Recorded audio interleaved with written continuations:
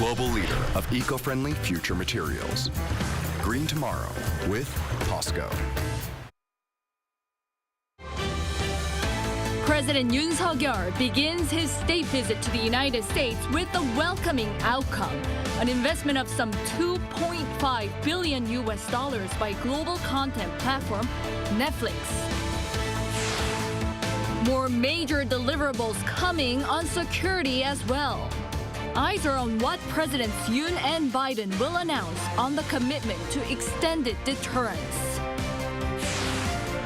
South Korea brings back more than 24 of its nationals from war-torn Sudan. This under the codename Promise, the country's military evacuation aircraft safely lands in Seoul this afternoon.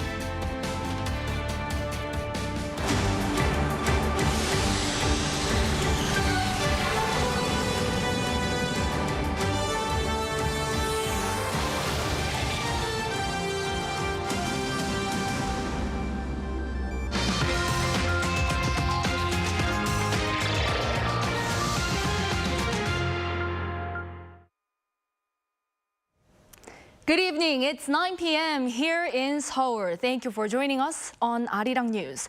We start with the latest developments from Washington, D.C. South Korean President Yoon Suk-yeol began his week-long trip to the United States in D.C. for his summit diplomacy with President Joe Biden and key U.S. figures. Now, let's connect to our Yoon Jung-min live from the U.S. Capitol right in front of the White House. So, Jung-min, how's everything going there? Hi, Jiyoung. It's clear that Washington is getting ready for the summit. If you are walking down the streets here in D.C., you can see the two countries' flags hanging side by side, especially streets near the White House. So it certainly seems like preparations are well underway. Right then, I'll hand it over to you and see you later in our newscast. Thank you, Jiyoung. It's 8 in the morning, April 25th, live from Washington, D.C. I'm Yoon Jung-min. Lots of diplomatic events await South Korean President Yoon Suk-yeol and First Lady Kim Gon-hee today, together with the U.S. first couple, President Joe Biden and First Lady Jill Biden.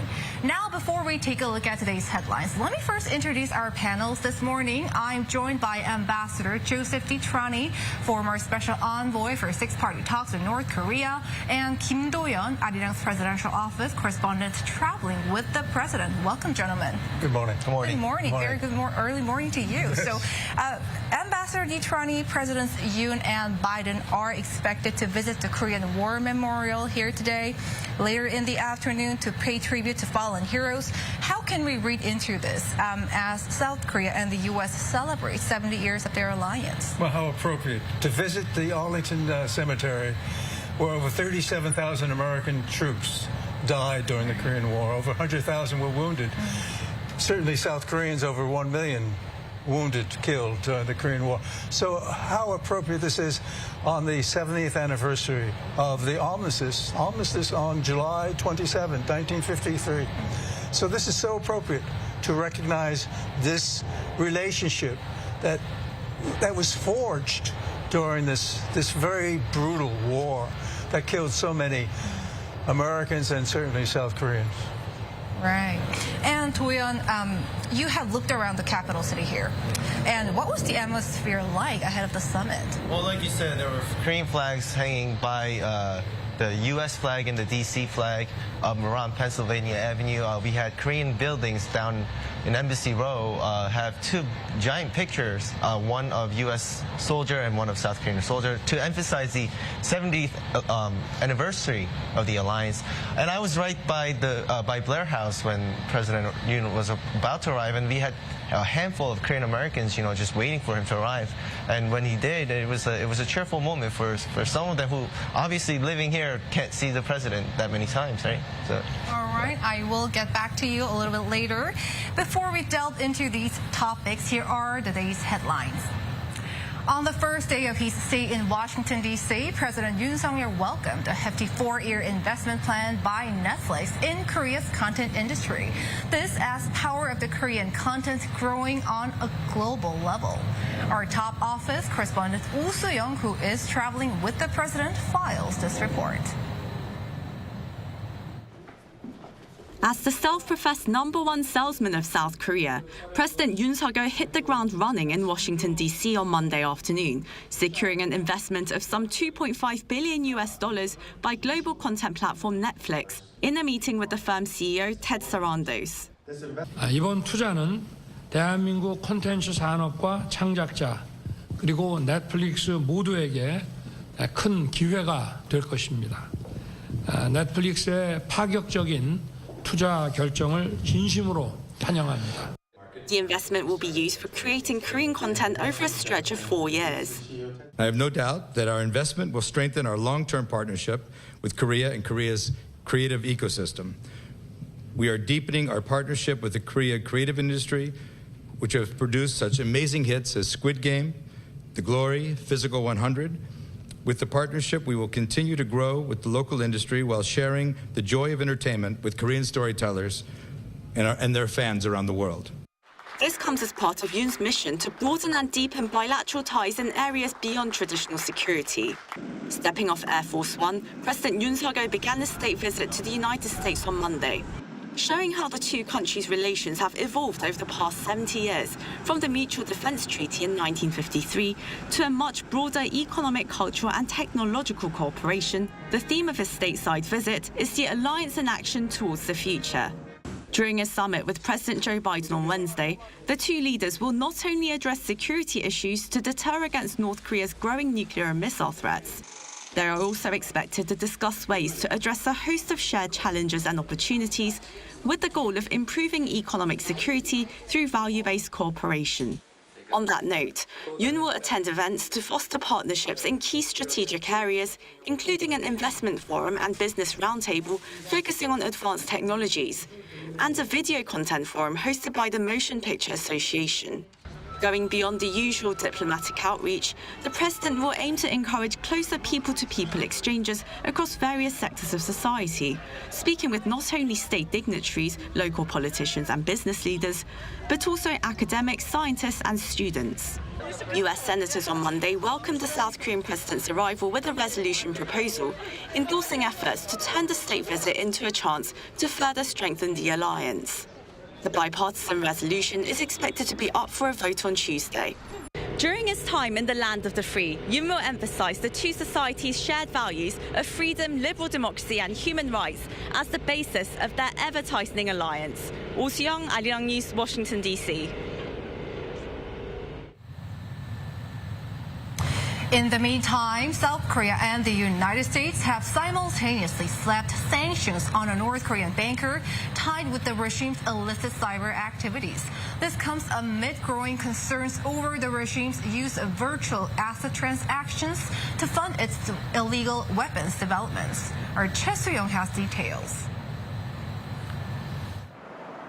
South Korea and the United States on Monday decided together to impose independent sanctions on North Korean individual Shim Hyun-sop.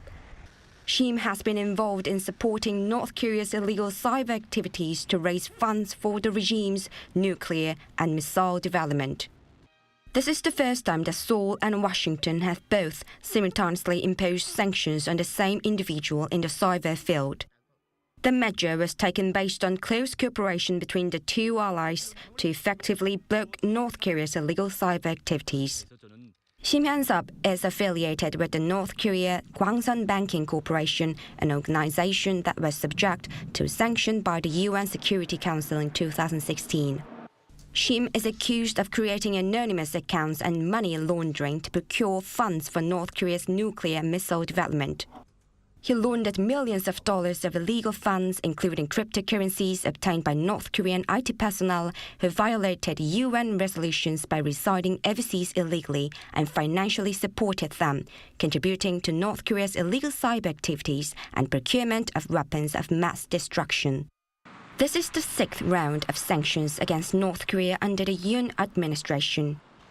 With this, the South Korean government has targeted 36 individuals and 41 institutions since October last year. Both South Korea and the US have reduced damages by freezing and confiscating cryptocurrencies that North Korea has stolen. They have worked closely with the private sector to block the anonymous accounts of North Korean IT personnel and to recover some of their legal profits. According to Ministry of Foreign Affairs, South Korea will further strengthen cooperation with allied countries such as the US and the private sector to block any future North Korea's illegal foreign currency earnings, including illegal cyber activities. Choi Soo-hyung, Arirang News. During their summit tomorrow, Presidents Yoon and Biden will reportedly share a deterrence statement detailing U.S. commitment to security on the Korean peninsula amid Pyongyang's nuclear brinkmanship. Kim Jong-sil has more.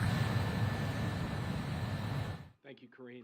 On Wednesday, President Biden and President Yoon will announce major deliverables on extended deterrence, on cyber cooperation, on climate mitigation, on foreign assistance, on investment, and on strengthening our people-to-people ties. That was U.S. National Security Advisor Jake Sullivan speaking to reporters in Washington, D.C. on Monday.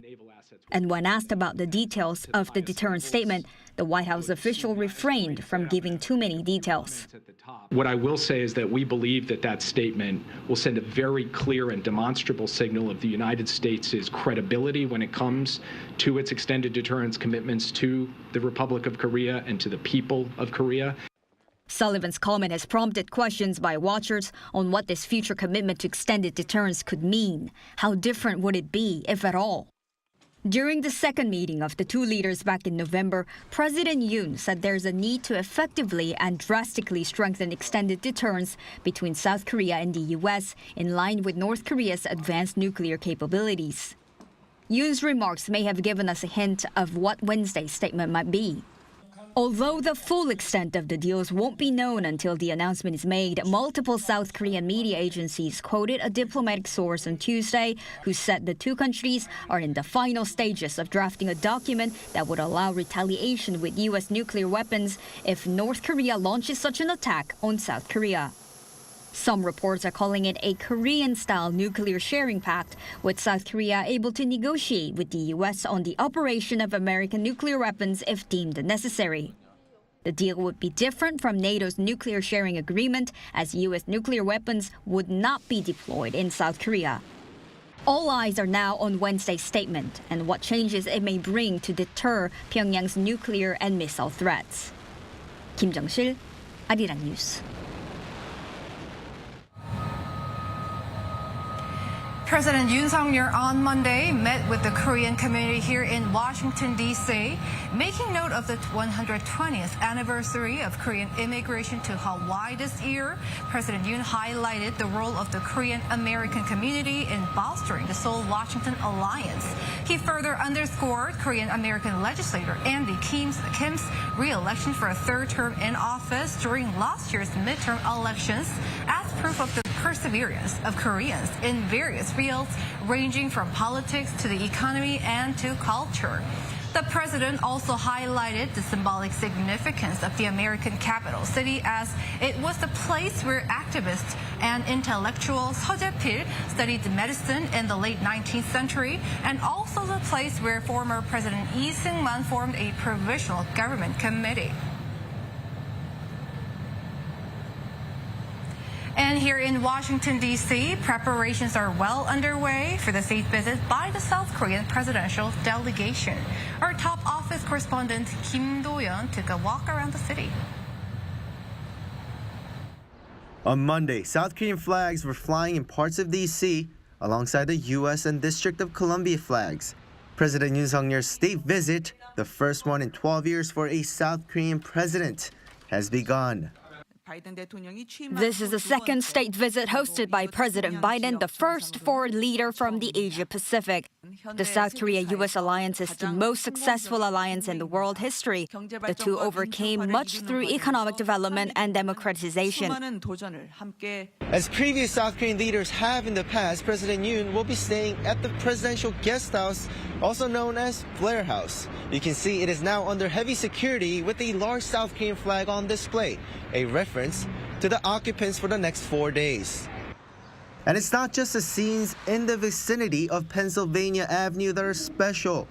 To celebrate the milestone 70th anniversary of the two countries' alliance, South Korean government-run buildings have put up special pictures. At Embassy Row, Washington, D.C.'s Korean Culture Center is displaying an image of a South Korean soldier from 2023 and a U.S. soldier from 1953 holding flags side by side. Underneath, it reads, "Freedom and solidarity," the core value that the two countries have formed their alliance on. Deep in the heart of D.C., the old Korean legation on Logan Circle is also showing a smaller version. According to an official at the Seoul's top office, these setups have been planned to remind the two countries of the past as well as to plan out a future together with the same spirit. The White House has also been busy preparing for the state dinner that follows the summit on Wednesday. For the main chef who will oversee the food served, the White House has chosen Edward Lee, a Korean-American chef. According to his recent interviews with local media, he is expected to merge Korean and American dishes to celebrate the alliance. As for the entertainment, there will be performances by Broadway stars including Norm Lewis. Kim Do-yeon, Arirang News, Washington, D.C.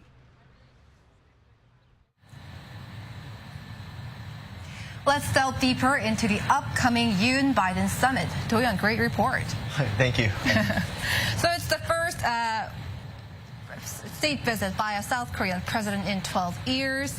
This one marks the 7 decades old Seoul-Washington alliance. So what does the Seoul's top office say about Mr. Yoon's trip in terms of its significance? Well, I think you hit the point there. It's the 70th anniversary of the two countries' alliance, and they really want to emphasize that, especially amid growing global situations where there are a lot of uncertainties, and the alliance, at least, they want to make sure that the world knows that the two countries have firm relationship. And here, the top office says, it is true, but it's only the second time President Biden has invited another leader for a state visit, and the first one was French President Emmanuel Macron. So that does speak volumes when it comes to the occasion, right? Like how Washington is approaching top office visit this time around. Yeah. Right. And Ambassador, last year, Presidents Yoon and President Biden met in Seoul for the very first time. So what grabbed the headlines was the Allies extending the Allies' extended deterrence. They're bolstering it. So this time, do we expect any updated or upgraded version, given the gravity of the situation? So do you believe it will be similar to or even stronger than a NATO nuclear planning group? I think it will be very similar to a NATO nuclear planning group. There's no question. Extended deterrence is the key issue for the Republic of Korea and our relationship, the United States relationship with our allies in South Korea. So yes, there's no question about extended nuclear deterrence, extended deterrence writ large. I mean, North Korea has gone beyond the pale. I mean, with the Hwasong 18 and ICBMs, solid fueled, that could reach the whole of the United States, and Hwasong, they have going way beyond. So I think it's important for the presidents to make it very clear to all countries, and certainly to North Korea and to China, their allies, and Russia, that the United States and the Republic of Korea are aligned closely and will deter any act, any provocation from North Korea towards the South. That's so important. I think this visit will reconfirm that commitment we have. And as you know better than I, there's some discussion in South Korea about maybe South Korea acquiring their own nuclear weapons. Yes, that's right, yeah. So, I mean, this is a very important issue, and this is not, and many of us, I'm one of them, who believe that that would not be the right thing to do. Nuclear proliferation is not where we want to go, but nuclear deterrence is so important. So I think both presidents have an opportunity of making it clear to the world, but indeed to North Korea and to China and Russia, that this is a firm alliance and that the U.S. is there for the Republic of Korea. Some message there to North Korea, Russia, and China. Absolutely. All right. And Do-yeon, so what does the presidential office say when it comes to cultural exchanges, as we have seen the previous reports? This at a time when the power of K-content is growing stronger. Meeting President Yoon yesterday, Netflix CEO has rolled out the company's plan to invest $2.5 billion in Korean TV shows and other contents. Right, and that was a surprising moment for a lot of reporters at the press center as well. It was not something that they had seen. Well, presidential office, officials say that the talks between the two parties, the Netflix and Seoul, it's been going on for quite some time. But Yoon does believe in contents, and he wants to push for it. And here's what the Netflix CEO said yesterday on top of what we heard from the report. He said Netflix was confident in Korean content industry, and it was inspired by President's love and strong support for the Korean industry. And President Yoon labels himself as the #1 salesman of the country, and I guess in that aspect, this has worked. And this is not going to be the only time that President Yoon meets with content leaders. We have a forum that will have Paramount, Warner Brothers, and NBC Universal, and some Korean companies. They come together for a forum, and this was invited by the American Motion Pictures Association, something that doesn't really happen when a summit happens, right? Like when a leader comes from another country, the American Motion Picture doesn't try to host a forum. But so this does talk a lot about the Korean content and its influence in the global market. What a chance for the Korean content. Right. And Ambassador Deetrani, so beyond Korean Peninsula, Russia and China recently protested against President Yoon's comments during an interview with Reuters, on Ukraine and Taiwan. So this, as Washington is trying to bolster its partnership with South Korea and Japan, is Seoul shifting away from its strategic ambiguity and moving towards a global pivotal state, as stated by the president? And where does it leave the allies' foreign policy in terms of regional and global security? Well, as you just said correctly, a global player. Yeah. South Korea now is indeed a global player. And indeed, President Yoon has a responsibility, a right and a responsibility to articulate views on the Taiwan Strait, a peaceful resolution to issues with Taiwan. There's no problem talking about a ceasefire, an end to the war in Ukraine, and to, if you will, Russia's invasion of Ukraine. So South Korea is a global international player. There's no question about it. GDP, the 10th largest GDP in the world. And I think President Yoon is doing, and I think with this visit with President Biden, it will reconfirm that international status of the Republic of Korea, which is so important, and thus the necessity for the President Yoon, to speak about global issues. And it's not a question of just aligning with the, yes, there's a close alliance with the United States. We talked about the Korean War a few minutes ago. Of course, this relationship has been, the crucible of the Korean War has forged a close alliance. And I think this is important for China and Russia to understand and to appreciate that President Yoon will continue to talk about issues that affect all nations. But indeed, certainly South Korea and the United States, but all nations.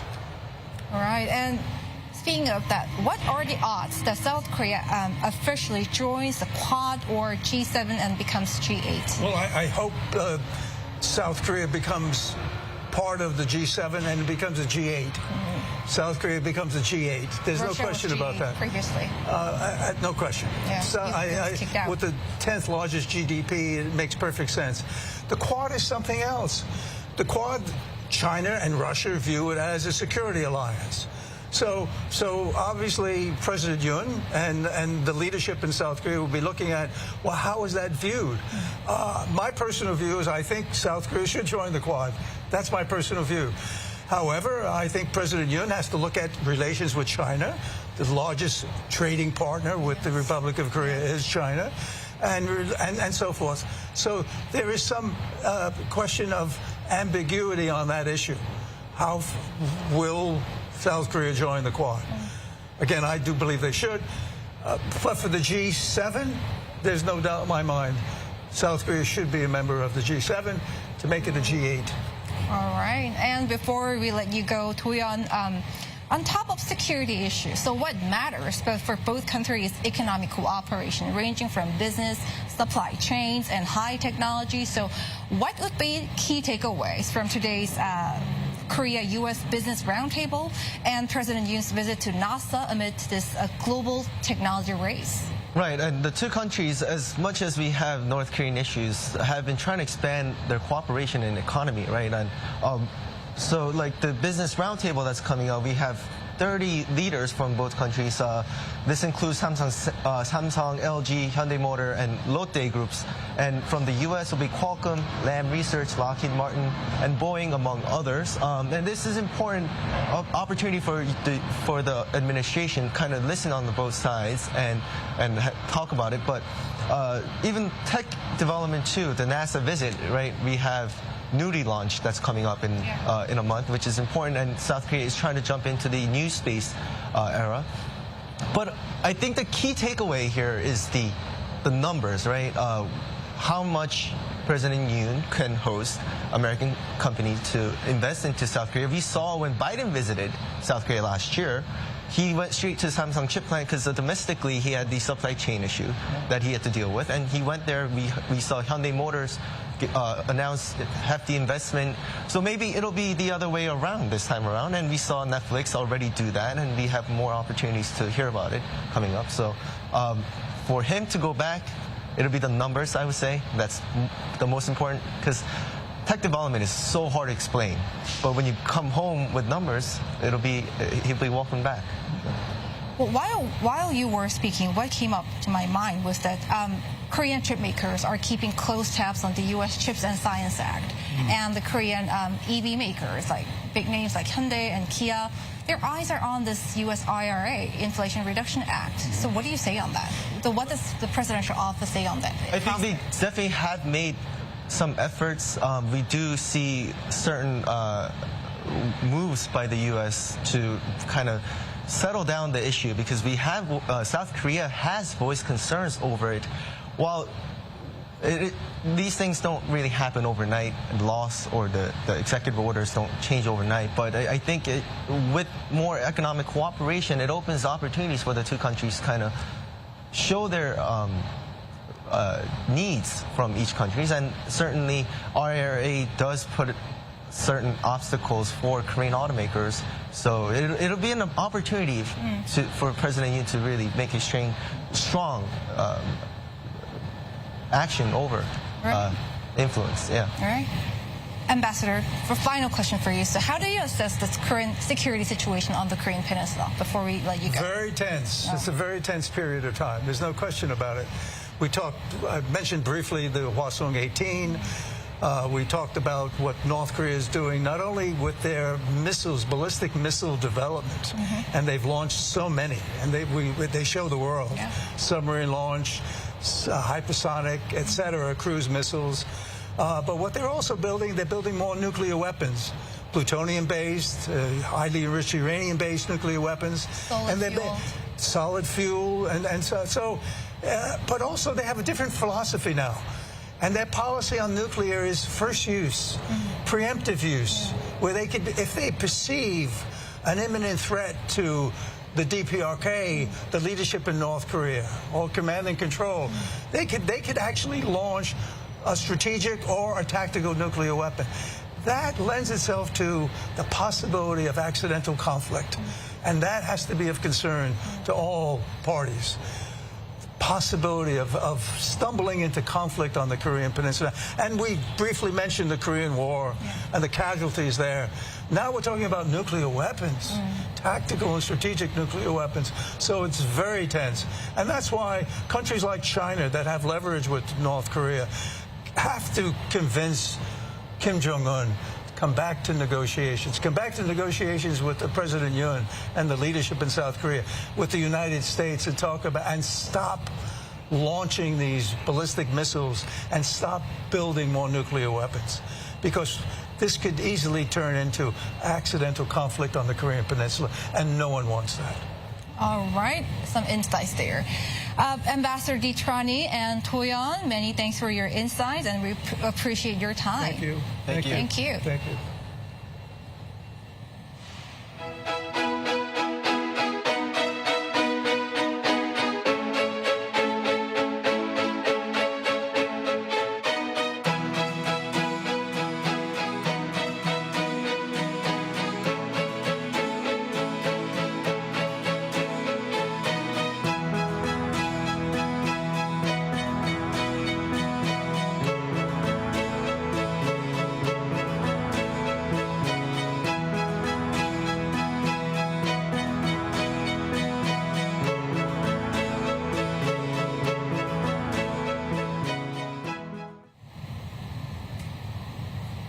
So, Chi-young, as you've just heard, this meeting between the two men would hold great significance for the two countries in terms of security, culture, and economy.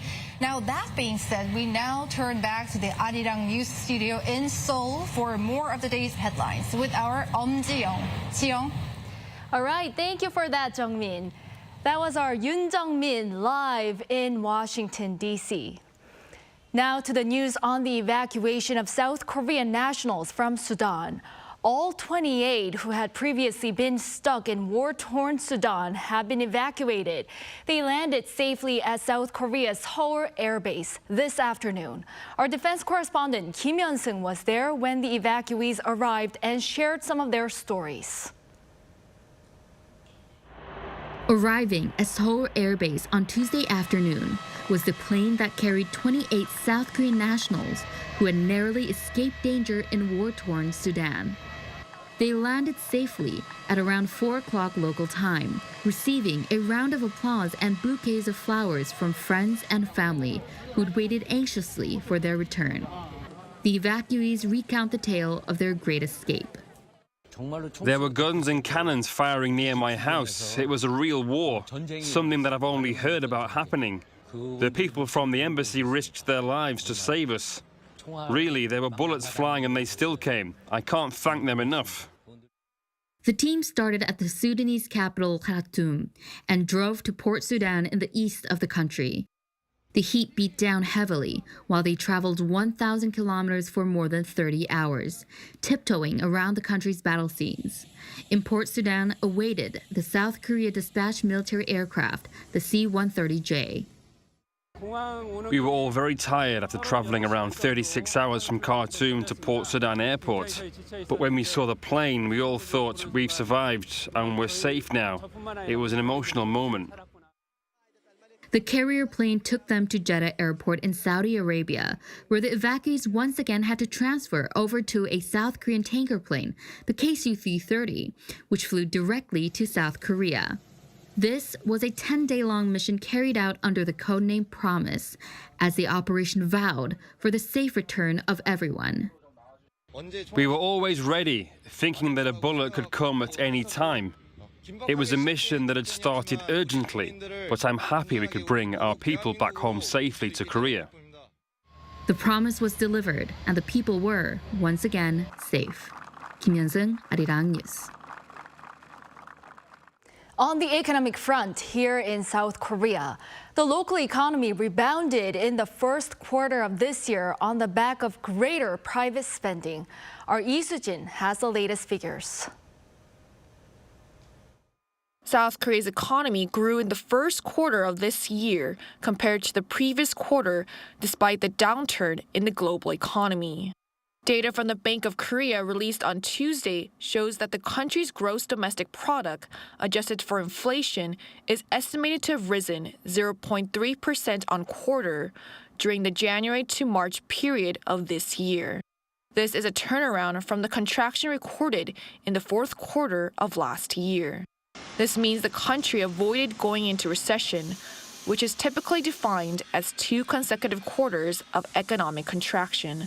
The country's GDP had been growing since the third quarter of 2020 before contracting in the fourth quarter of last year due to plunging exports, a key driver of the Korean economy. The central bank attributed the growth in the first quarter to a recovery in private consumption. Private consumption rose by 0.5% thanks to an increase in spending on recreational activities, restaurants, and accommodation. Investment in construction also increased by 0.2%. Facility investment, on the other hand, shrank 4% as demand for semiconductor equipment and machinery dropped. Meanwhile, South Korea's gross national income, the total amount of money earned by people and businesses, also rose 0.8% as prices of major imported goods, such as natural gas, fell. The Bank of Korea hinted that it may adjust downward its 2023 economic growth projection, currently at 1.6%. As of now, the annual growth projection is likely to be revised down slightly due to uncertainties surrounding the recovery in the IT sector and the delayed economic impact from China's reopening. The nation has seen an on-year decline in outbound shipments since October last year due to the ongoing slump in the semiconductor industry and has logged a trade deficit since March last year. 이수진, 아리랑 뉴스.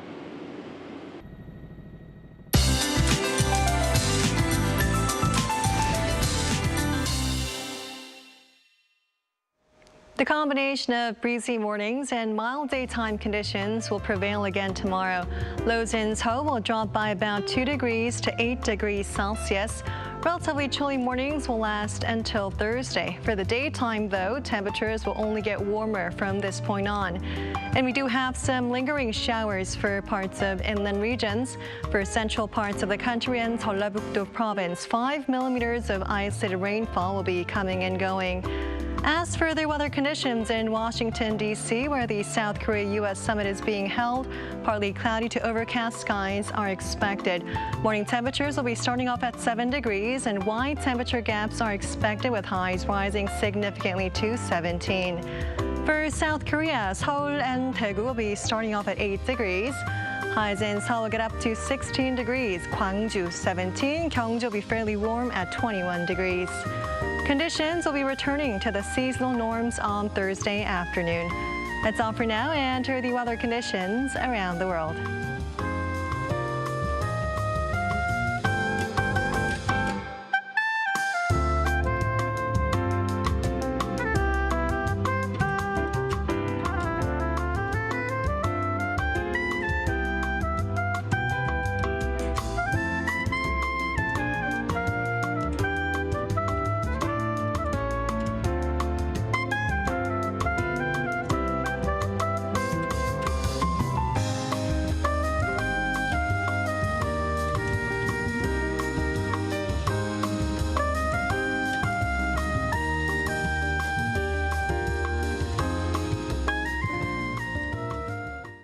That is all for this Tuesday night's newscast. Thank you for watching. We'll be back tomorrow with the latest news on the Yoon-Biden Summit in Washington, D.C., in South Korea, and around the world.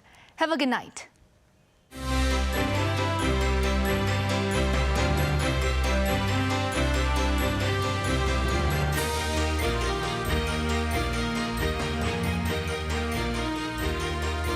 I'm live!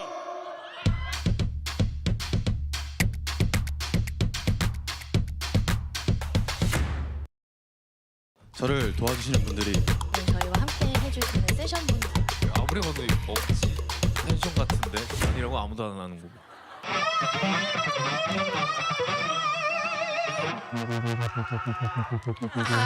좋아요.